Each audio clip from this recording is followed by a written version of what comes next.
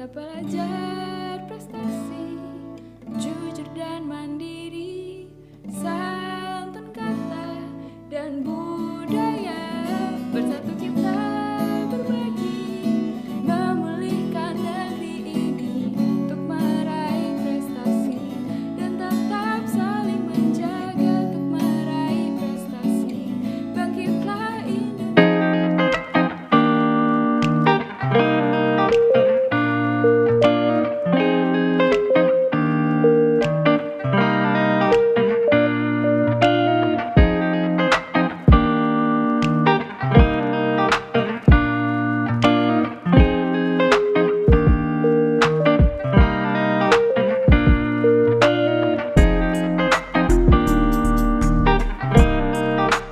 Warahmatullahi wabarakatuh.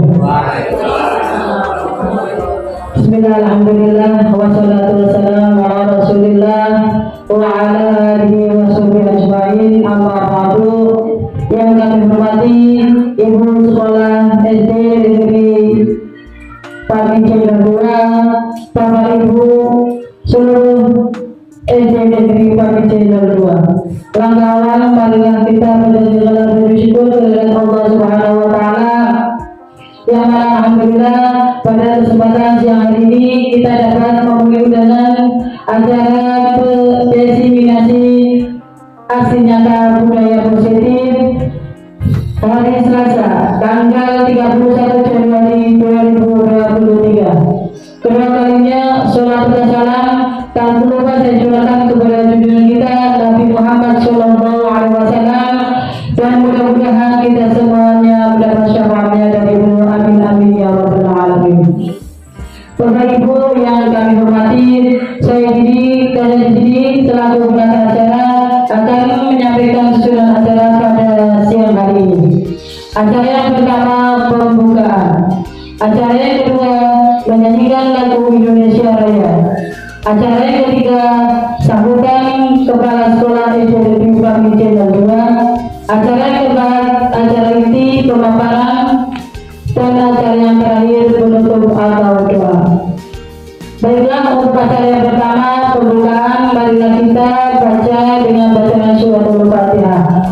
Al-Fatihah. A'udzubillahi minasyaitonir rajim. Bismillahirrahmanirrahim. Alhamdulillahirabbil alamin. Iyyaka na'budu wa iyyaka nasta'in.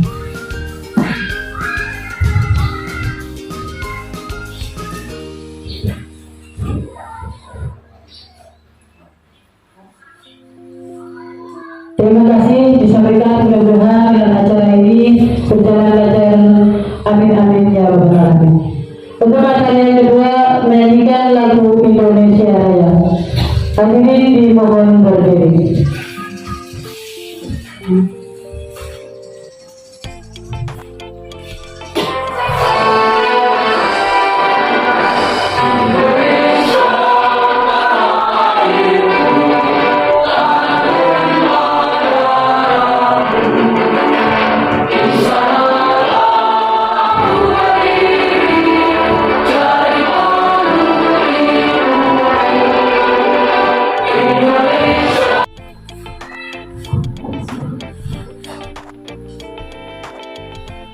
Assalamualaikum warahmatullahi wabarakatuh.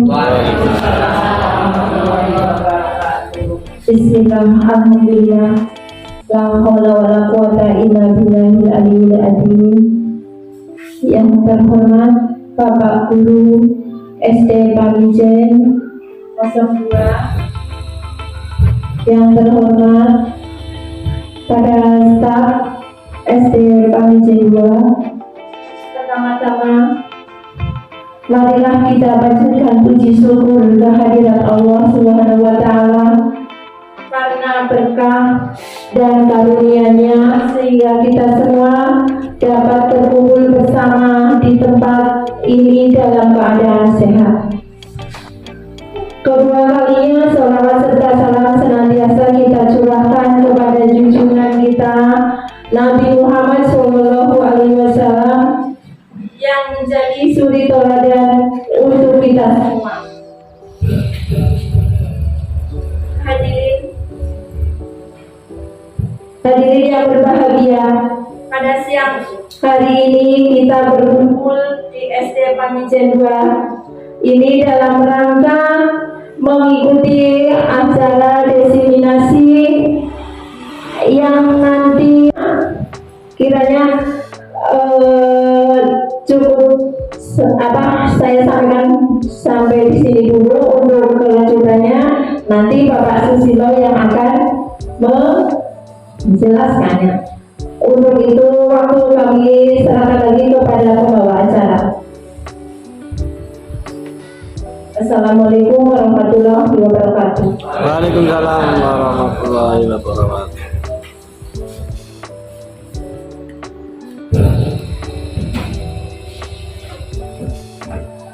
Terima kasih disampaikan.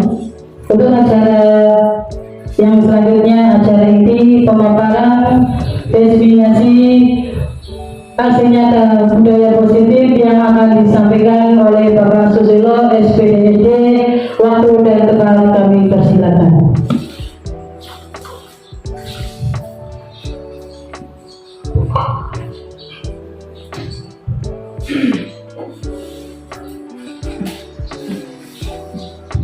Bismillahirrahmanirrahim. Assalamualaikum warahmatullahi wabarakatuh. Waalaikumsalam warahmatullahi wabarakatuh. Alhamdulillah pada kesempatan hari ini sangat berbahagia. Saya sangat berbahagia karena kedatangan tamu juga dari SD Negeri Pamijen 01. Terima kasih Bu Sofiha yang telah membuat guru-gurunya bisa hadir kalau waktunya untuk mengikuti kegiatan yang kami selenggarakan ini. Terima kasih. Juga kepada rekan-rekan guru di Pamijen 02 yang telah bekerjasama, telah berkolaborasi sehingga kita bisa menyelenggarakan kegiatan ini. Mudah-mudahan bisa berjalan dengan lancar tanpa hambatan serta apapun. Kita mulai saja Bapak Ibu. Kita akan menyampaikan tentang destinasi modul 4 di program Guru Penggerak.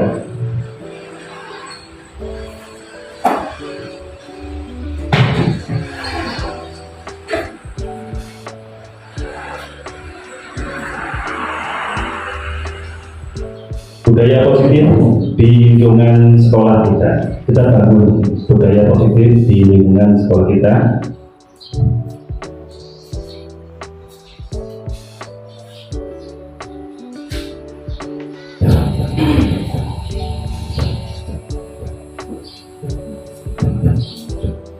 Ada pertanyaan nanti Bapak Ibu yang nanti dijawab secara jujur, bebas. Apakah Bapak Ibu setuju atau tidak setuju dengan pernyataan ini? Ada beberapa pernyataan. 1, 2, 3. Pernyataan utama, hukuman dapat mendisiplinkan anak. 1 dulu. Apakah Bapak Ibu setuju? Setuju? Setuju. Coba saya minta 1 orang yang menyatakan pendapat. Kalau setuju, alasannya apa? Silakan siapa yang mau berpendapat.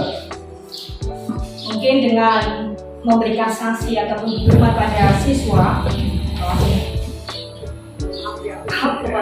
mungkin dengan memberikan sanksi ataupun hukuman pada siswa itu menimbulkan satu efek juga, karena pada masa anak itu berarti ada suatu tingkatan-tingkatan yang masih bisa diolah kembali.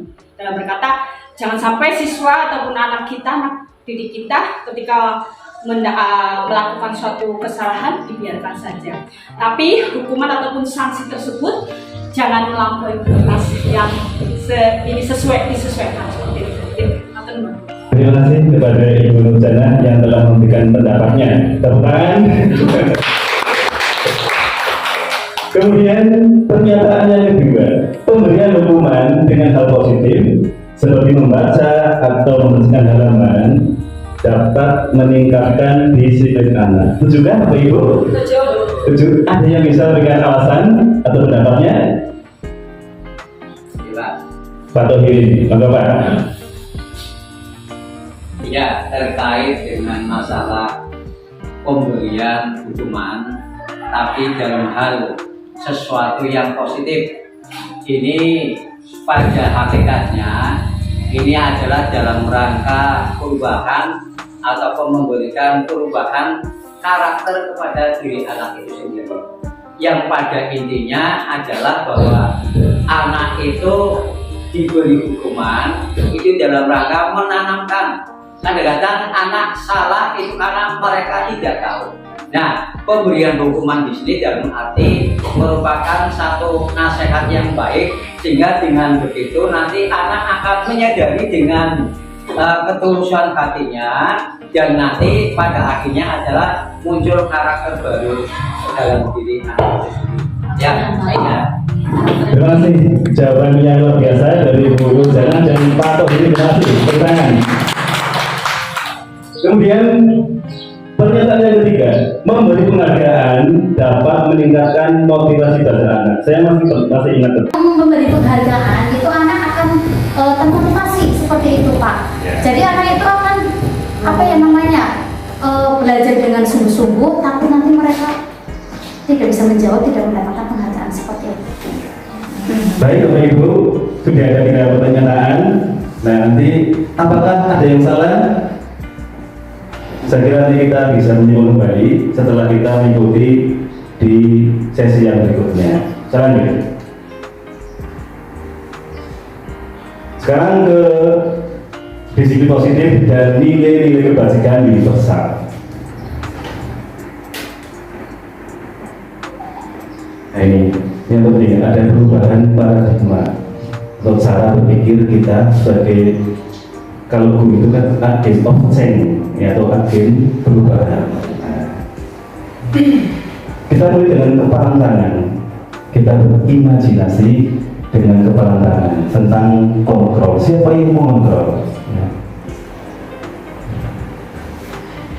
Ini ada sebuah permisalan atau perumpamaan. Ketika ada seorang yang bernama A dan seorang yang bernama B, 2 orang. Nah, kemudian saya ambil contoh misalnya Bu Ayu. Bu Ayu ketika saya minta tuliskan hal yang paling memalukan selama hidup di secari kertas, benar-benar. Ya. Kemudian saya yang B itu meminta Bu Ayu sudah menuliskan hal yang paling memalukan misalnya, atau hal yang rahasia dalam hidupnya. Ya. Kemudian bolehkah saya melihat apa yang dituliskan di tangan Bu Ayu? Nah, ini sesuatu yang berharga dalam hidupnya seorang yang A misalnya, ya. Kemudian yang B itu mencoba dengan segala cara untuk meminta atau memberikan benda tersebut kepada si B, kepada saya misalnya, dengan bisa membujuk, mengancam, menghardik, merayu, menyuap, atau apa saja agar si A itu dapat membuka kepala tangannya. Apa yang terjadi dari Bapak Ibu? Bu Ayu, kira-kira bisa nggak memberikan ke saya? Dengan dipaksa? Dengan merayu? Dengan membujuk, menyuap? Ya. Kita lanjut. Bu Ayu adalah bersikukuh untuk memegang apa yang dia anggap berharga dalam hidupnya, atau suatu hal yang sangat privasi dalam hidupnya. Dengan cara apapun dia nggak mau, dipaksa tidak mau, dirayu tidak mau, dibujuk tidak mau, disuap tidak mau juga. Lanjut. Ada teori kontrol atau teori pilihan, ya. Ini ada beberapa ilusi, tahu ilusi ya? Sesuatu yang kita anggap benar, tapi sebenarnya belum tentu ilusi. Yang pertama, ilusi bahwa guru bisa mengontrol murid. Kadang kita melakukan yang sama seperti ini. Iya. Lanjut.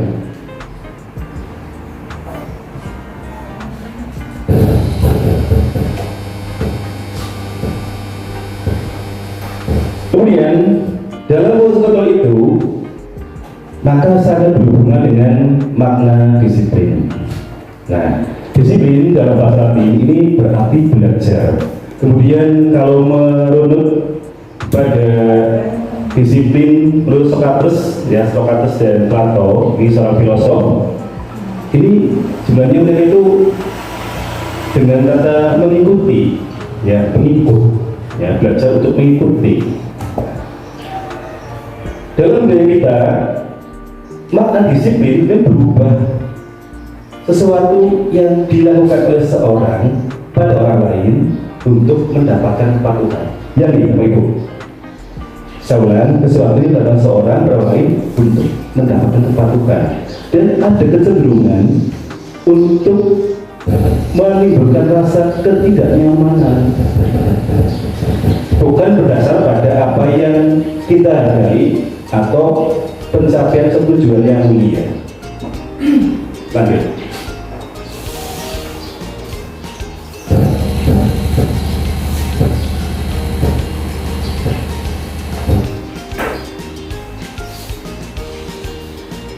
Nilai kebajikan universal merupakan nilai positif yang merupakan tujuan mulia yang ingin dicapai oleh setiap individu. Dan ini sudah lintas bahasa, lintas bangsa, agama maupun lintas latar belakang. Ini semua mengakuinya. Dan pada era sekarang ini yang sedang didengungkan adalah kebajikan yang kita kenal dengan istilah profil pelajar Pancasila. Dasarnya yang pertama adalah beriman, bertakwa kepada Tuhan Yang Maha Esa, dan berakhlak mulia. Kemudian yang kedua mandiri, kemudian yang ketiga bernalar kritis, yang keempat berkebinekaan global, yang kelima gotong royong, dan yang keenam kreatif. Ini merupakan karakter yang harus kita wujudkan pada diri setiap murid kita dalam jiwa.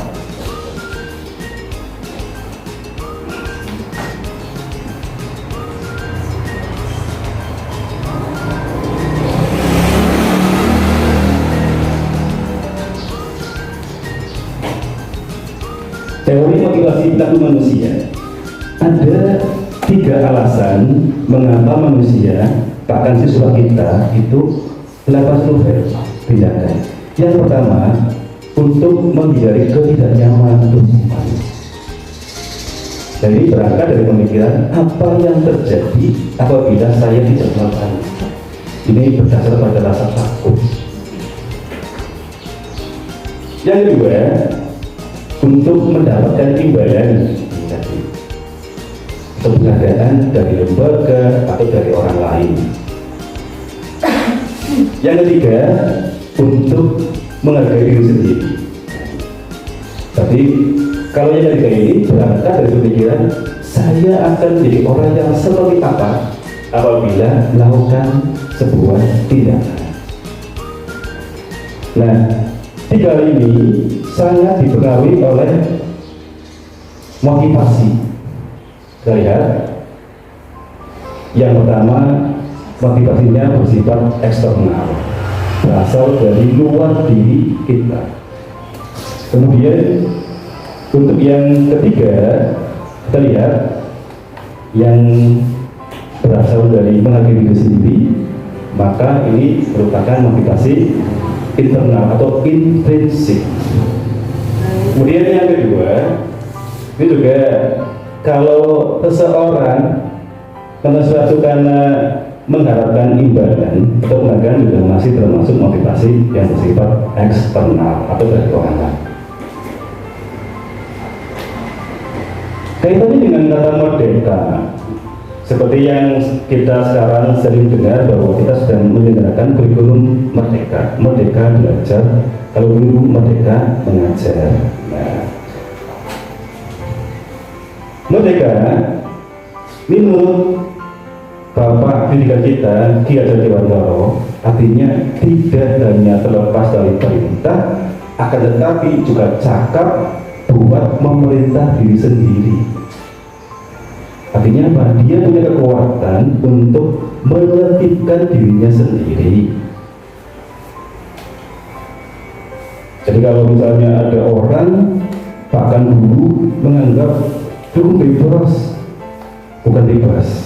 Ya, mereka itu bukan berarti bebas, tetapi punya kekuatan untuk mengatur dirinya sendiri. Negara yang merdeka, yang berdaulat negara yang punya kekuatan untuk mengatur kehidupan bangsa dan negaranya sendiri, bukan bebas. Nah ini, ya, dihukum oleh penghargaan. Kenapa tadi yang kedua saya akhirkan? Karena dihukum oleh penghargaan. Ternyata kalau motivasinya yang eksternal, karena penghargaan juga ada beberapa kelemahannya, ya. Nah, dihukum oleh penghargaan, pengaruh jangka pendek dan jangka panjang, ya. Kemudian penghargaan bersifat menghukum, penghargaan mulai ketepatan, tidak efektif, juga merusak hubungan, ya. Nah, misalnya kalau kita sekarang sudah dengar kata korupsi, ya, menyuap, kita harus menyuap karena kita cenderung memberikan imbalan atau penghargaan kepada orang yang memiliki posisi tertentu, sehingga mereka itu mau mengerjakan sesuatu yang kita mau kalau kita memberikan sebuah imbalan atau banyak imbalan. Nah, selanjutnya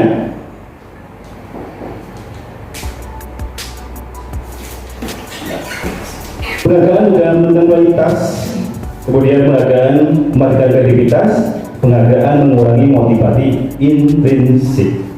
Kalau seorang anak misalnya, kalau terus diberikan penghargaan, ya, misalnya seorang guru memberikan hadiah terus menerus pada siswanya, maka akan membuat sebuah sifat ketergantungan, sehingga mereka itu mau menuruti guru apabila diiming-imingi oleh sebuah imbalan atau hadiah. Makanya gimana? Makanya perlu ada apresiasi dengan beri pengakuan secara khusus, secara pribadi kepada semua murid, konsisten dan fokus pada proses.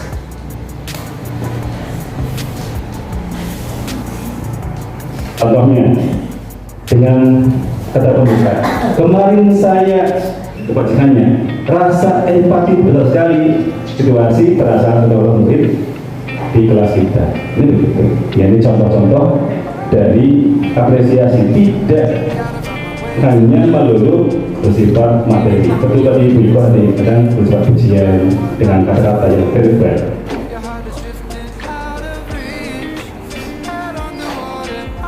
Kemudian ada beberapa hal yang kadang kita lakukan juga di dalam sistem sekolah kita.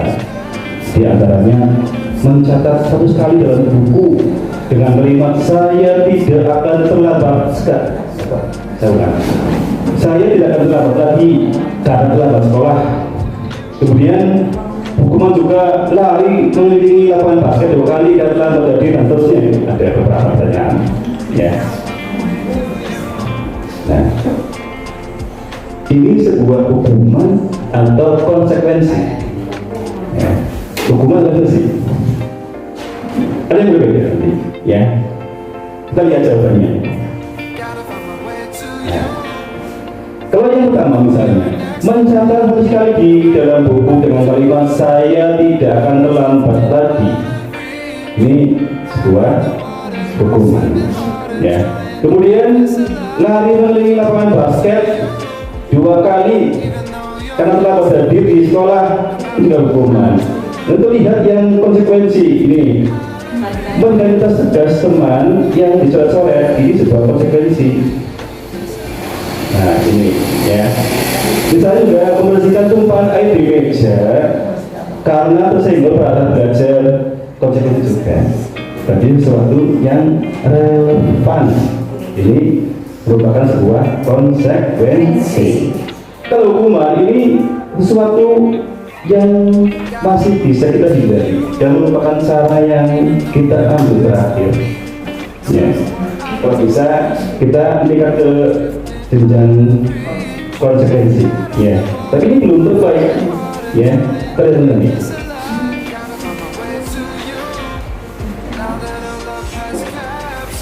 Kemudian perbedaan antara hukuman dan konsekuensi. Ya. Nah, kalau hukuman biasanya bersifat menyakiti. Ya, kemudian ulang.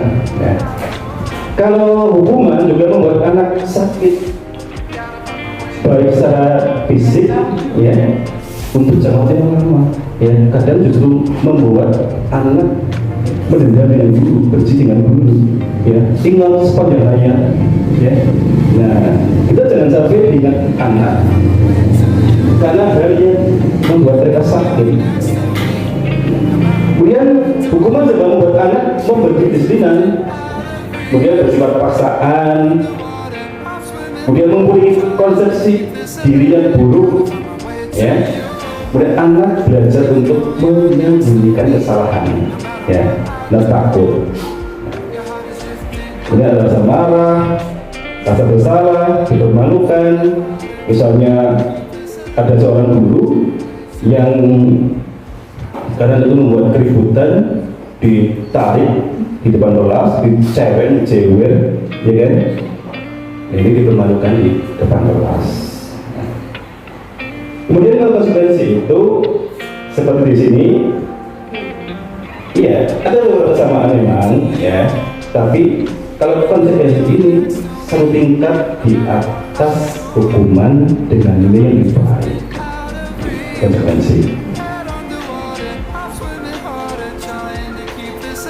Kemudian ke restitusi. Tadi ada hukuman, ada konsekuensi, ada restitusi.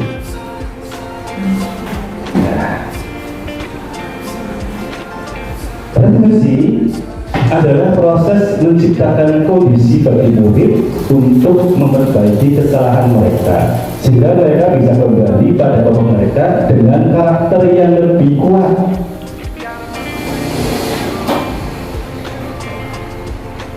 Dalam prosesnya juga ada kolaborasi yang mengajarkan murid untuk mencari solusi untuk masalah mereka dan membantu murid berpikir tentang orang seperti apa yang mereka ingin menjadi, ada tujuan mulia dalam dirinya, dan bagaimana mereka harus memperlakukan orang lain. Ini menurut dosen.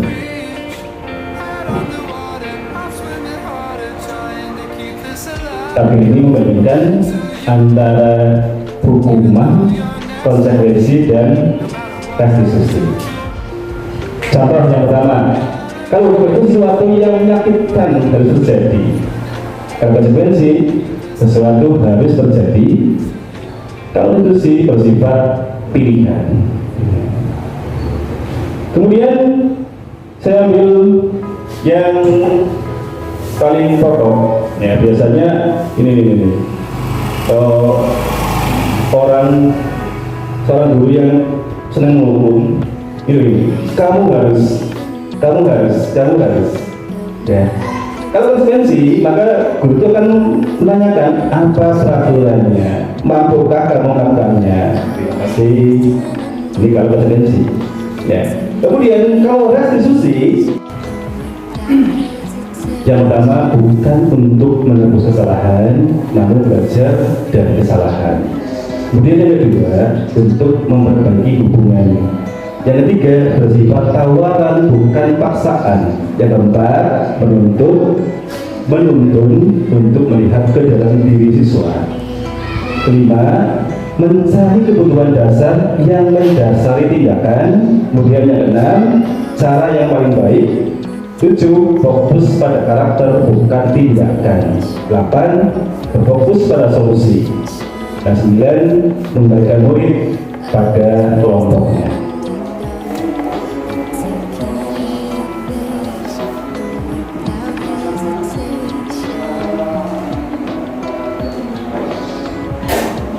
Sekarang ke keyakinan kelas. Pertanyaannya, mengapa tidak peraturan saja? Mengapa harus keyakinan kelas?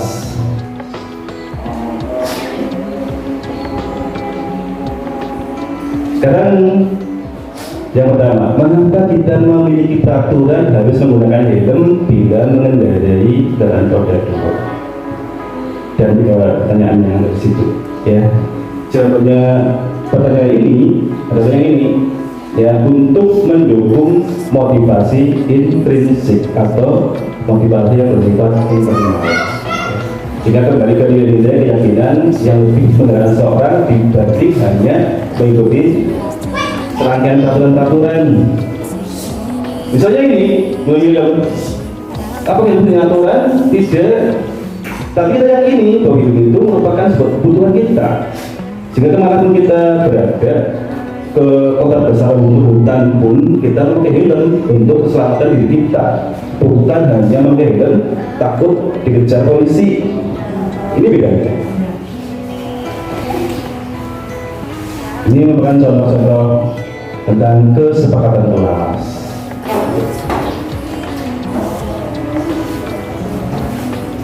Baik, peraturan dan kelas ini dibandingkan.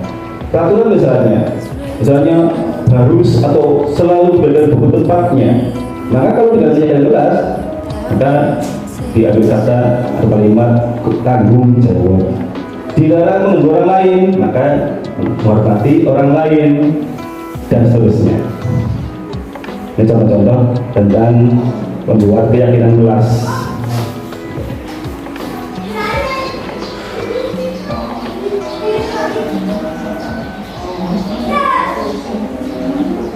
Dan sekarang ke kebutuhan dasar manusia. Ini yang mendasari seorang betina. Jadi yang kadang-kadang kita perlu paham betul tentang anak-anak kita di sekolah, ya. Yang mendasari ini kebutuhan untuk bertahan hidup.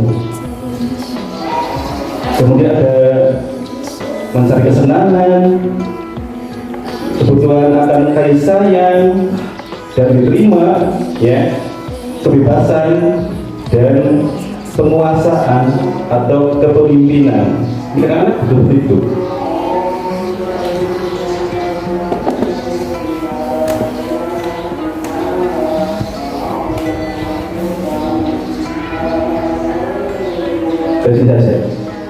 Ketika kita mendapatkan apa yang kita inginkan, sebetulnya saat itu kita sedang memenuhi satu atau lebih dari kebutuhan dasar kita.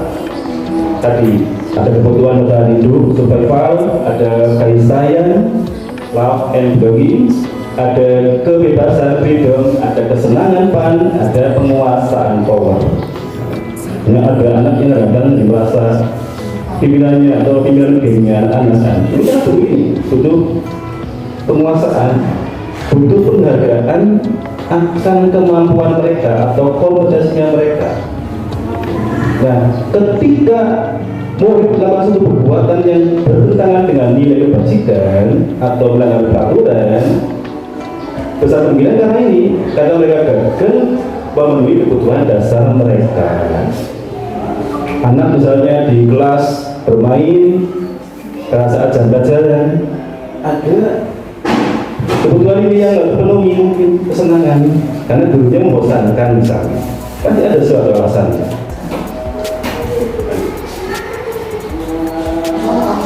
Yang pertama kebutuhan dasar hidup jelas ini berkaitan dengan kebutuhan yang bersifat fisiologis tentang hidup, kesehatan, rumah, makanan. Kemudian kasih sayang dan rasa terima, ini kebutuhan akan hubungan atau koneksi sosial, ya. Anak itu harus diterima oleh lingkungannya untuk menjadi bagian dalam kelompok. Ini dibutuhkan dari teman maupun dari guru atau sekolah. Kemudian kebutuhan akan penguasaan ini berhubungan dengan kekuatan untuk mencapai suatu atau menjadi kompeten, terampil, kemudian diakui atas prestasi keterampilan kita dan didengarkan dan memiliki harga diri. Nah, kadang-kadang sudah punya harga diri. Ini kebutuhan atau keinginan untuk dianggap berharga, ini penting.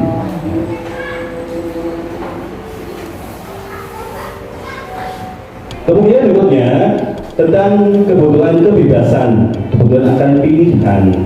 Ini kebutuhan akan kemandirian, otonomi, memiliki pilihan dan mampu mengendalikan arah hidup seseorang. Ya. Kita pun sebagai manusia juga akan sama. Ini sangat penting. Kita butuh kemandirian, otonomi, sehingga kalau diatur-atur, kadang kita merasa nggak nyaman. Itu juga berlaku juga anak.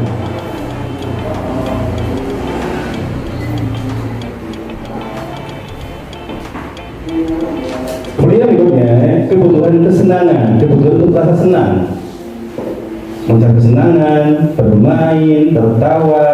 Nah ini bayangkan kalau hidup tanpa kesenangan atau kenikmatan apapun, betapa menyedihkan. Ya, maka guru juga perlu mewujudkan atau menghadirkan kesenangan di dalam kelasnya.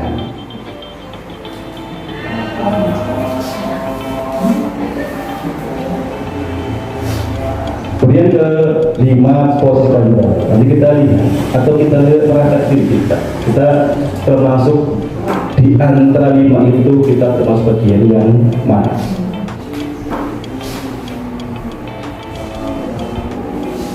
Hal yang perlu diketahui atau ditekankan di sini adalah bahwa disiplin positif ini merupakan disiplin yang berpihak atau berpusat pada murid, ya, pada siswa. Ya, berarti semuanya itu mengarah pada berpusat atau berpihak pada murid. Artinya kita itu lebih mementingkan tentang kebutuhan murid. Karena kita itu melayani siswa.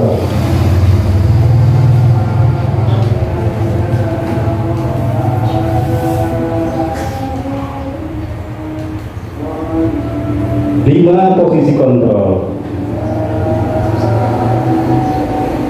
Tapi kita perlu berulang tentang penerapan disiplin di ruang-ruang kelas kita selama ini. Apakah telah efektif, telah berpusat pada siswa, telah memerdekakan siswa, atau telah memandirikan siswa? Bagaimana dan apa? Ini ada serangkaian riset yang dilakukan oleh William Lesser. Kemudian dosen menyimpulkan ada 5 posisi kontrol seorang guru. 5 posisi kontrol. Nah, yang pertama, posisinya sebagai seorang penghukum. Biasanya menggunakan hukuman fisik ataupun dengan verbal, dengan kata-kata. Ya. Posisi yang berikutnya, posisi teman. Guru pada posisi ini tidak akan menyakiti muridnya, namun tetap berupaya mengontrol murid melalui sikap persuasif. Bisa negatif, bisa positif. Ada hubungan yang baik yang terjalin antara guru dengan murid. Ini biasanya menggunakan hubungan yang baik, humor untuk mempengaruhi muridnya atau seseorang. Kemudian posisi yang keempat, ini posisi seorang pemantau. Pemantau berarti mengawasi. Pada saat kita mengawasi, kita bertanggung jawab atas orang-orang yang kita awasi. Ini berdasarkan pada peraturan-peraturan dan konsekuensi. Dengan menggunakan sanksi konsekuensi, dapat memisahkan hubungan antara pribadi kita dengan murid sebagai seorang yang menjalankan posisi pemantau. Nah, kemudian kalau yang posisi kelima, ini posisi manajer. Ya. Ini adalah posisi di mana guru berbuat sesuatu bersama dengan murid, dengan mempersiapkan murid bertanggung jawab atas semua perbuatannya, mendukung murid agar dapat menemukan solusi atas permasalahannya sendiri. Nah, ini kalau seorang manajer ini bisa memiliki keterampilan di posisi teman, ya, kemudian juga bisa memiliki di posisi pemantau, sehingga dapat digunakan kita yang melakukan. Maka sampaikan ke anak, tidak apa-apa, ya, setiap anak pasti pernah melakukan kesalahan. Bapak juga sama, ibu juga sama, pernah kesalahan. Kemudian kamu bukan satunya orang ini. Ini untuk menstabilkan identitas. Jadi kalau anak yang melanggar itu tidak langsung dihukum, tapi yang pertama ini adalah menstabilkan identitas. Kemudian tadi kedua adalah kualitas kebutuhan. Kebutuhan apa yang mereka butuhkan? Berkaitan dengan yang di atas tadi, ada 5 kebutuhan dasar manusia. Ya. Itu ini diantaranya. Ya. Kita menggali dari siswa, ya, kenapa mereka lakukan hal tersebut? Pasti mereka punya alasan. Misalnya ada kebutuhan kasih sayang yang tidak dipenuhi, di rumah tidak mendapatkan kasih sayang yang penuh dari orang tua, misalnya. Sehingga di sini cabar dengan teman, misalnya. Ini di sini kebanyakan, ya.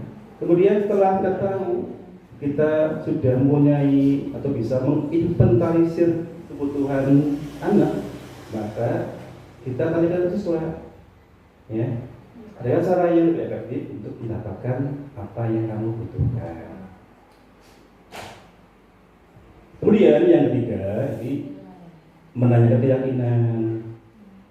Misalnya, kalau anak yang sering membolos, tanya saja, ya, apakah dengan membolos itu sesuatu yang benar? Jawabnya pasti tidak. Ya, kita tahu, ya. Maka kalau tidak benar, sebaiknya bagaimana? Di sini ada nilai-nilai apa yang telah kita sepakati, ya. Kalau yang datanya terlambat bagaimana? Ya, tanyakan, apakah kamu terlambat terus masuk ke sekolah itu yang benar? Jadi tidak, ya, kita menjawab benar kan? Maka kita mencari sesuatu yang kita sepakati bersama. Kenapa nggak benar? Karena sekolah itu mestinya datang tepat waktu. Ya. Kemudian tanyakan juga apa yang ingin kamu, atau kamu itu ingin menjadi orang seperti apa. Maka muncul beberapa resolusi dari siswa sendiri. Guru itu hanya bersifat menuntun, ya. Bukan hanya menuntut. Bedanya sangat jauh. Hanya beda huruf, tapi sangat jauh dalam hal makna.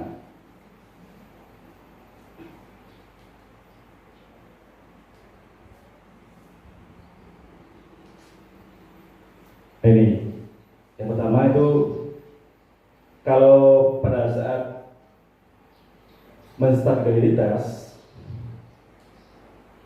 nah ini contoh, ya. Misalnya dengan kalimat ini, ya, bapak atau ibu tidak tertarik untuk mencari tahu siapa yang benar, siapa yang salah, ya. Kenapa? Lebih tertarik untuk menyelesaikan masalah. Dan kemudian kalau kamu menyalahkan dirimu sendiri terus-menerus, apakah kamu bersiap baik pada dirimu sendiri? Nah, seterusnya. Ini untuk anak yang merasa gagal, ya, karena berbuat salah, agar menjadi positif terhadap dirinya. Kenapa? Tujuan restitusi itu diantaranya adalah menguatkan karakter siswa.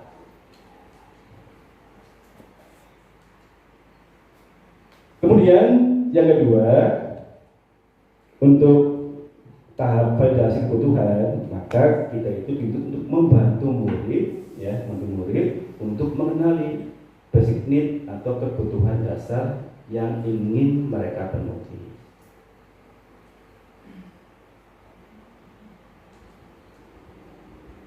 Nah, ini pada dasarnya setiap tindakan manusia itu tujuannya adalah untuk memenuhi kebutuhan dasar yang 5 tadi.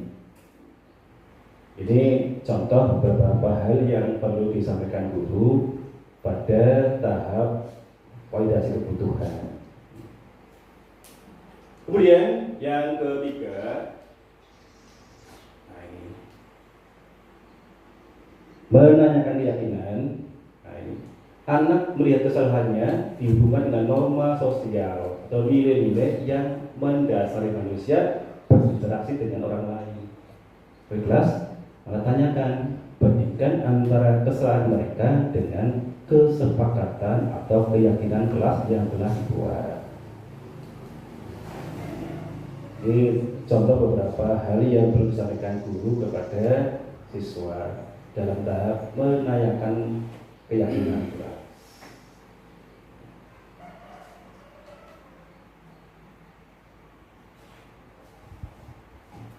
Demikian beberapa hal yang terkait dengan budaya positif di sekolah, sehingga kita bisa bersama-sama ya, kita satu desa, Pamijen 1, Pamijen 2, maka diharapkan kita bersama-sama baik di Pamijen 2 dan 1 kita wujudkan budaya positif di lingkungan belajar kita. Kemudian refleksi, yang pertama hal baru apa yang mengubah paradigma saya atau yang saya dapatkan. Ya, jadi Bapak Ibu di awal sudah berbicara 3 pernyataan, ya semua setuju, ya kan? Sehingga setelah mengikuti apa yang saya sampaikan berkenaan dengan budaya positif, maka kita bisa membuat simpulan sendiri dan seterusnya. Terima kasih Bapak Ibu, terima kasih atas waktunya, perhatiannya, atas segala kekurangan dan kata yang mungkin kurang berkenan. Saya mohon maaf yang sebesar-besarnya. Terima kasih. Assalamualaikum warahmatullahi wabarakatuh. Waalaikumsalam warahmatullahi wabarakatuh.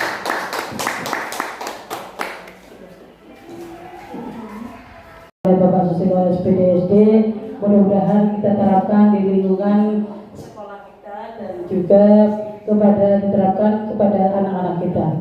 Ya, saya di sini untuk acara terakhir penutup atau doa, marilah kita tutup dengan acara dengan bacaan hamdalah bersama-sama. Alhamdulillahirobbilalamin. Terima kasih, mohon maaf atas yang saya sampaikan kepada panjenengan semua. Saya selaku penata acara mohon maaf yang sebesar-besarnya. Saya akhiri, wassalamualaikum warahmatullahi wabarakatuh. Waalaikumsalam.